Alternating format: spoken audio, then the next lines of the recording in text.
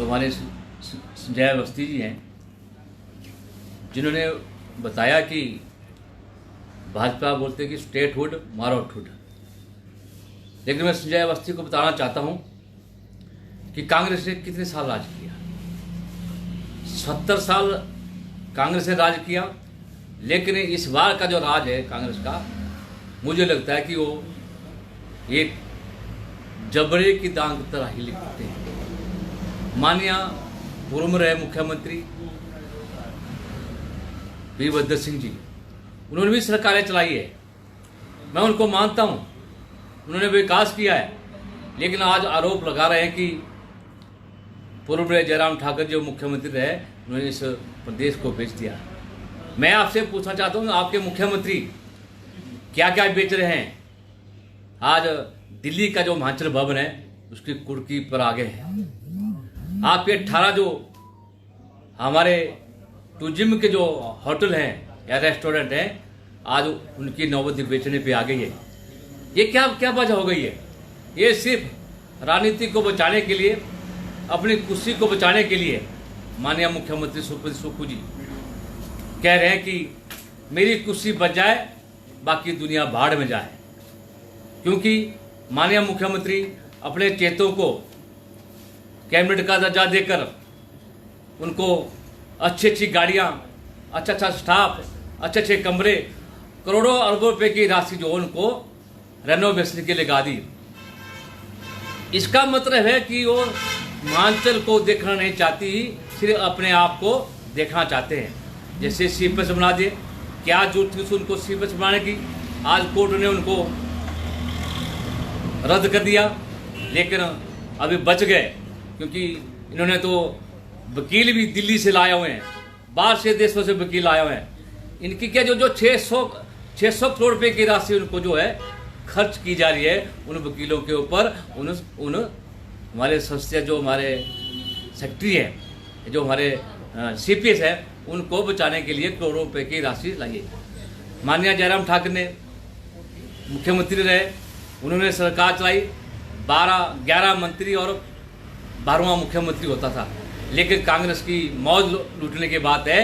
जिस तरह आज अवस्थी जी कहते हैं कि हमारा जो हिमाचल है उसको बेचने के लिए भाजपा, मैं उनसे पूछना चाहता हूँ, भाजपा ने कितने साल राज किया और आपने कितने साल राज किया? कौन इसका गुनाहगार है? अगर हम गुनाहगार हैं तो हम इसका भुगतने लिए तैयार हैं। लेकिन साथियों, मैं लोगों से अपील करता हूं कि कांग्रेस ने 70 साल राज किया, टका नहीं किया। जब हमने किया तो उनके पेट में दर्द हो गई। ये पेट में क्यों दर्द हुई? माननीय मुख्यमंत्री जयराम ठाकुर जो है कि ईमानदार और सुशील व्यक्ति रहे, लोग उनको मानते हैं, तभी तो 5 साल सरकार चली। आज लोटस हो रहा है, कई बार लोटस हो रहा है। अपने चेतों को रेवड़िया बांटने के लिए आज कई जो हमारे खनन माफिया के लोग जो है अरेस्ट हो गए हैं। वो किसके नुमाइंदे थे, किसके लोग थे? वो सीधे मुख्यमंत्री के चेते थे, जो कि उनकी गाड़ी से उतरते थे। आज एक व्यक्ति को खनन माफिया का काम दे दिया तो और उन्हें क्या बिगाड़ा हुआ है? मेरा सरकार से निवेदन है, ऐसी गलत बयानबाजी न करें। जो अवस्थी जी अगर दूसरी बार जीत चुके, मैं भी दूसरी बार का एमएलए हूँ, मैं उनसे चाहता हूँ अपनी जबान में लगाम लगाए, अन्यथा लोग आपका घेराव करेंगे और आप पर ताबड़तोड़ हमला करेंगे।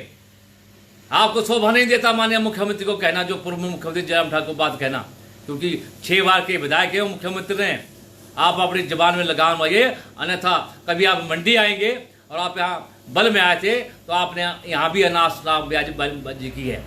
आप 10-20 लाख के पुलों का उद्घाटन कर रहे हैं और टॉयलेट का उद्घाटन कर रहे हैं, आंगनबाड़ी के भवनों का उद्घाटन कर रहे हैं। कल को लगता है मुझे कि आप कहीं टॉयलेट पे नहीं आ जाएंगे, टॉयलेट का आप उद्घाटन करेंगे, ऐसा मुझे लग रहा है। क्योंकि आपके पास पैसा नहीं है, जो पैसा केंद्र से आता है उसको हड़प कर रहे हैं और इन सीपीएस को बचाने की बात कर रहे हैं, उन सीपीएस को पैसे लगा रहे हैं। मेरा एक ही आपको हिदायत है, इन सीपीएस को हटा दो। जो इनको मजे लुटाने की बात कही है या पैसा लगा रहा है, उसको लोगों के हित के लगाए, ताकि लोगों का विकास हो। मेरे बल में तो विकास नाम की कोई चीज़ नहीं है।